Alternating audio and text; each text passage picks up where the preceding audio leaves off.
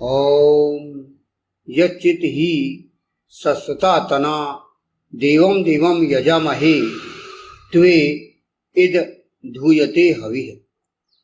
जो कुछ भी विस्तीर्ण शाश्वत द्वारा हम प्रत्येक दिव्यकर्म करने वाले का सत्कार करते हैं, तुम्हारे लिए ही आह्वान किया जाता है आत्मसमर्पण पूर्ण भक्ति का या आत्मसमर्पण पूर्ण बलिदान का। यह मंत्र जो लिया गया वह ऋग्वेद के प्रथम मंडल के 26वें सूक्त का यह षष्ठम मंत्र है। इस षष्ठम मंत्र के ऋषि हैं भगवान सुनहशेप आजिगर्ती, और इस मंत्र का जो प्रमुख विषय है वह है अग्नि अर्थात प्रकाश की ओर ले जाने वाला। इस छठवें मंत्र का छंद है निचरद गायत्री और स्वर है षड्ज। जैसा कि ये 26वें सूक्त में कुल मिलाकर 10 मंत्र हैं और पिछले 5 मंत्रों का भाष्य हम ले चुके हैं। यहाँ पर यह 6वां मंत्र यहाँ पर लिया जा रहा है। इस 6वें मंत्र में ईशान परम परमात्मा ने, ईश्वर ने अपने शाश्वत कालों के लिए, शाश्वत प्रजाओं के लिए जो वेद की व्यवस्था की है उसके विषय में और उस पर आचरण करके व्यक्ति किस प्रकार पुरस्कृत होता है, ईशान किस प्रकार प्रसन्न होता है, सत्कार करता है वह ईश्वर, ईशान परम परमात्मा, इसके विषय में यहाँ पर इस मंत्र में बताया गया है। मंत्रांश का हिंदी अनुवाद है, जो कुछ भी विस्तीर्ण शाश्वत द्वारा हम प्रत्येक दिव्यकर्म करने वाले का सत्कार करते हैं। यच्चिति ही सस्ता तना देवम देवम यजामहे। इस मंत्र के अंतर्गत इसकी व्याख्या की गई है। यहाँ पर यच्चित ही का अर्थ है जो कुछ भी, सस्ता तनाहा का अर्थ है विस्तीर्ण शाश्वत द्वारा, देवम देवम अर्थात प्रत्येक देवकर्म करने वाले का, यजामहे अर्थात सत्कार करते हैं। इस मंत्रांश की यहाँ पर व्याख्या की गई है। विस्तीर्ण शाश्वत मंत्रांश लिया गया है शाश्वता तना। इससे अभिप्रेत ईश्वर के अमर शाश्वत ग्रंथ वेद और उसका योगानुकूल भाष्य से है। वेद का योगानुकूल भाष्य से हमेशा उसका विस्तार किया जाना आवश्यक है। उससे ही व्यक्ति को देवकर्म करने की प्रेरणा मिलती है। यानी ईश्वर ने, ईशान परम परमात्मा ने अपने ही बारे में, अपने स्वयं के बारे में और उसको जो पुरस्कृत करने के लिए ग्रंथ की व्यवस्था की है उसके विषय में वेद में ऑलरेडी व्यवस्था कर दी है और उसे बताया भी गया है। जैसे कि यजुर्वेद के 40वें अध्याय का 8वां मंत्र यहाँ पर ईशान परम परमात्मा ने, ईश्वर ने अपने विषय में और अपने ग्रंथ के विषय में यहाँ पर जानकारी दी है। वह जानकारी है ओमशः परेगात् तत्शुक्रम अकायम अवर्णम अस्नाविरग्वं शुद्धम अपाप विद्धम कविहि मनीषी परिभूः स्वयं भू यथा तथितो अर्थान्व्यधात् शाश्वतीभ्य समाभ्य। इसका अर्थ है वह सर्वोपलब्ध, शुभ्र, शरीरहीन, घावहीन, स्नायुहीन, शुद्ध, पाप जिसे भेद नहीं सकता, कवि, मनीषी, सर्वव्याप्त, स्वयंभू ने शाश्वत प्रजाओं या शाश्वत कालों के लिए तथ्यानुसार जीवन मूल्यों का विधान किया। यह जो मंत्र दिया गया यजुर्वेद के 40वें अध्याय का यह अष्टम मंत्र।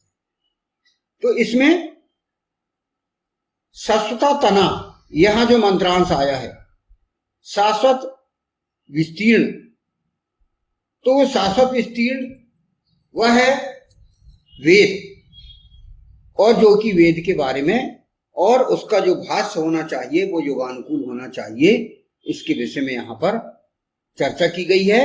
और उसे कहा गया है कि इसका विस्तार भी करो।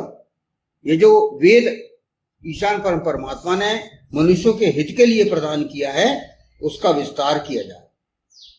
इसलिए महाभारत में कहा गया है इतिहास पुराणाभ्याम वेदम समुपब्रहीत, अर्थात इतिहास और पुराण दोनों के द्वारा वेद का भली भांति विस्तार किया जाए।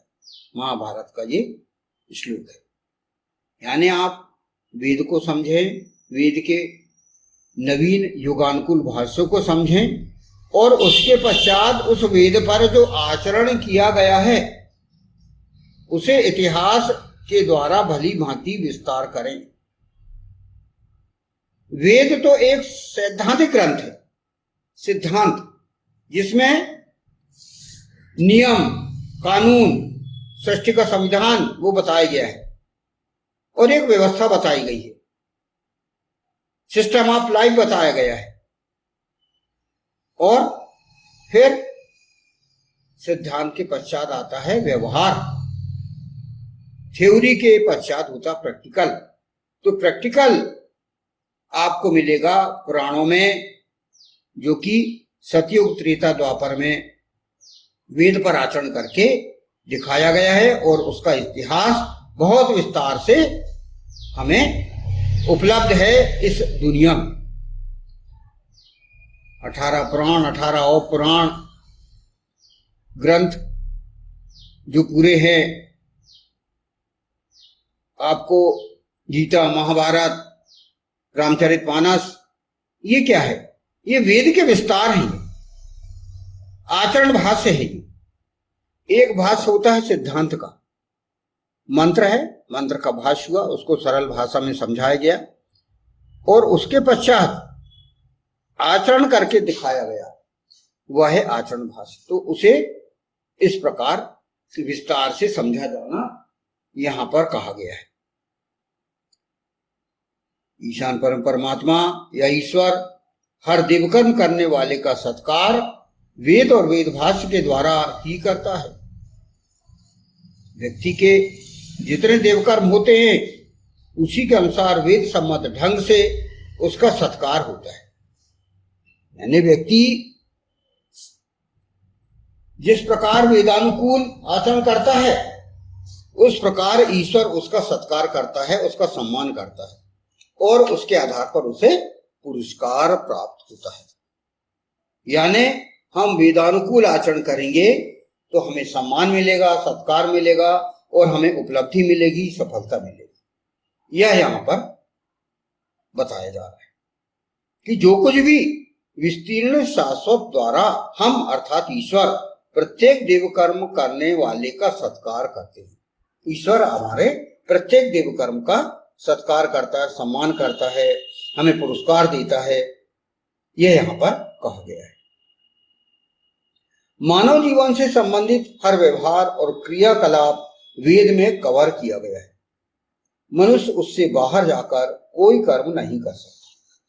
तो वेद जो है, वेद में 20,416 मंत्र हैं, और इसमें व्यक्ति के जीवन से संबंधित जो भी व्यवहार हैं और जो भी क्रियाकलाप हैं वो इन 20,416 मंत्रों में कवर किया गया है ईश्वर के द्वारा, ईशान परम परमात्मा के द्वारा।